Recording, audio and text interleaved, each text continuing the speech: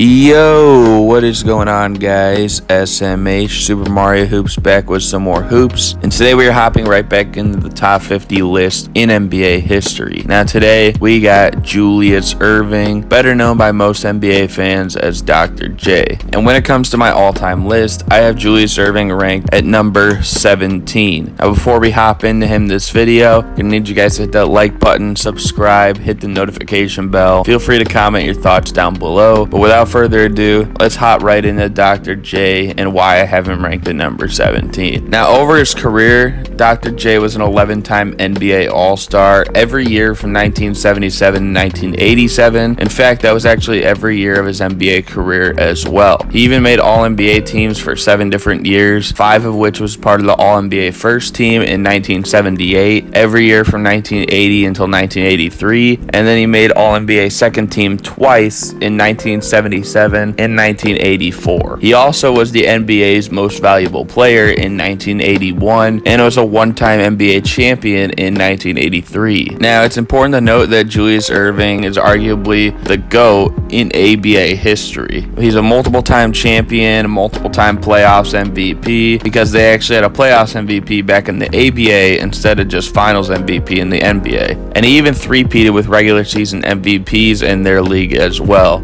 So to come into the NBA and be a league MVP, an NBA champion, dominate the early 80s, and ultimately save the NBA in its lowest point as well is pretty amazing. I don't think people realize that the NBA in the 1970s looked like it was at a dying point. I mean, the 60s brought us those great Celtics teams, the entertaining Lakers teams, Wilt Chamberlain, Oscar Robertson, and overall built a lot for the league's biggest market teams and players. But when they all retired or fell down, the league was kind of in desperation mode, especially in the late 70s.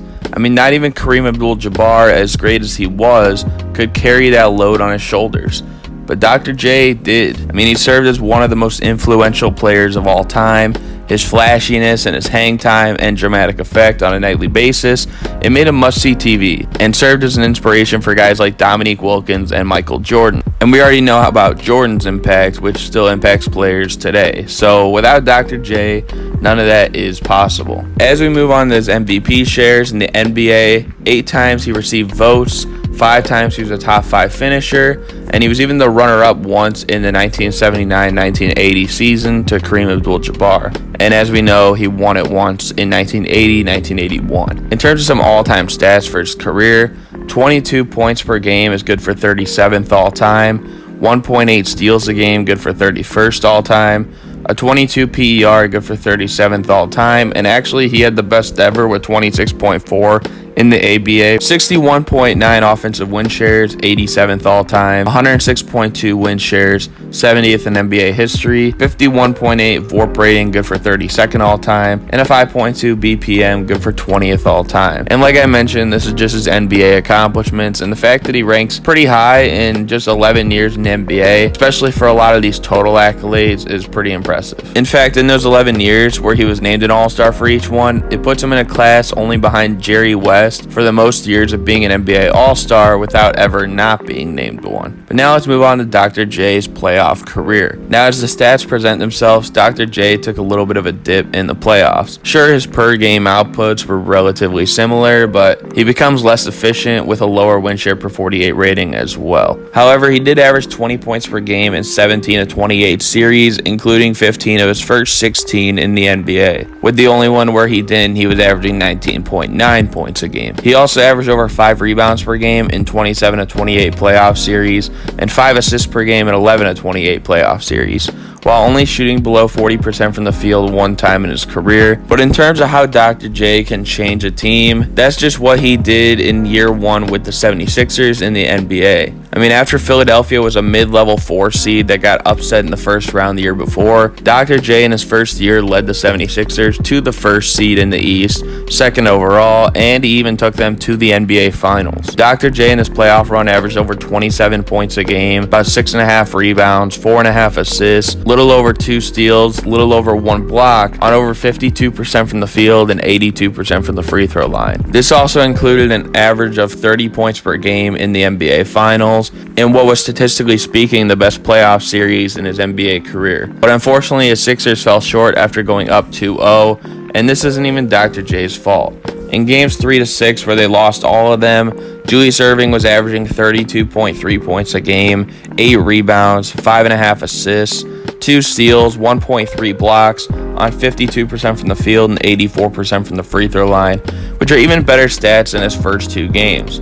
But outside of Game 6, the inside presence of Bill Walton and Maurice Lucas just killed the Sixers big men, with Caldwell Jones, and surprisingly George McGinnis was pretty bad this series. They played their best in Game 6, and to no surprise, that was actually the closest of those 4 losses. But Dr. J put up a combined 77 points on crazy efficiency in the final 2 games, so you can't really pin this on him. The next 2 years, they lost tough series to a lower-seeded Bullets and the Spurs, but Dr. J was still playing great over this time, and he was the best player for both teams in these series. As we moved to 1980, Dr. J would once again have his best playoff series in this playoff run in the NBA Finals, averaging 25.5 points a game, 7 rebounds, 5 assists, 2 steals, 2 blocks, 52% from the field. But the duo Magic and Kareem was just too much, considering many people didn't even know who the real duo partner was to Dr. J on this roster. One series it was Mo Cheeks, the next it was Lionel Hollins, then Bobby Jones, Caldwell Jones. This one was Daryl Dawkins the most, and I get that it's important to have a lot of options, but the guys that aren't usually underperformed around him, and that's kind of like what guys like Lionel Hollins and Henry Bibby did here. None of those guys were stars either, and it was going to be hard for Dr. J to win a championship as the lone star, especially when they're playing the Showtime Lakers, who have arguably one of the greatest duos ever.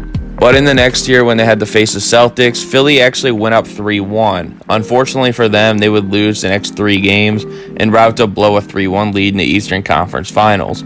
The worst part is that Boston won the championship after this, and in 1982, the series began the same way. Eastern Conference Finals, Philly and Boston, Sixers up 3-1, and then the Celtics took Game 5 to make it 3-2, and then they took Game 6 and made it tied 3-3. And in Game 7, Dr. J said enough was enough, and he outperformed Larry Bird and Robert Parrish to take his team back to the NBA Finals.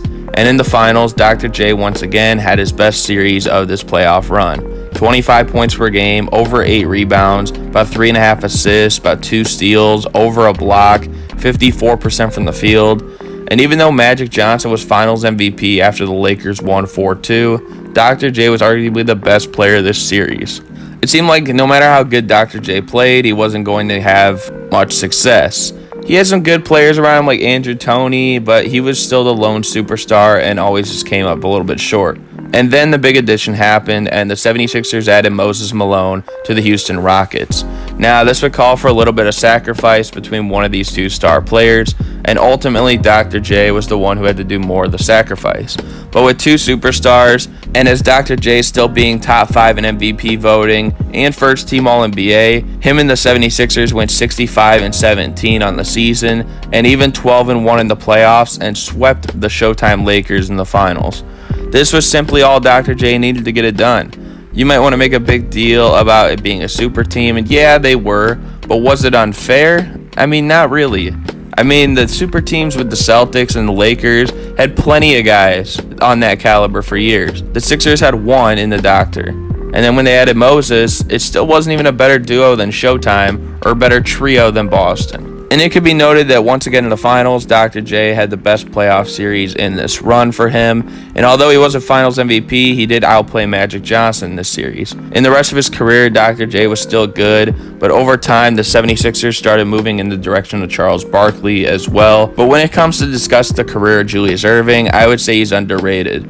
I never even touched much on how he was a good defender because, well, he certainly was, and he was extremely versatile.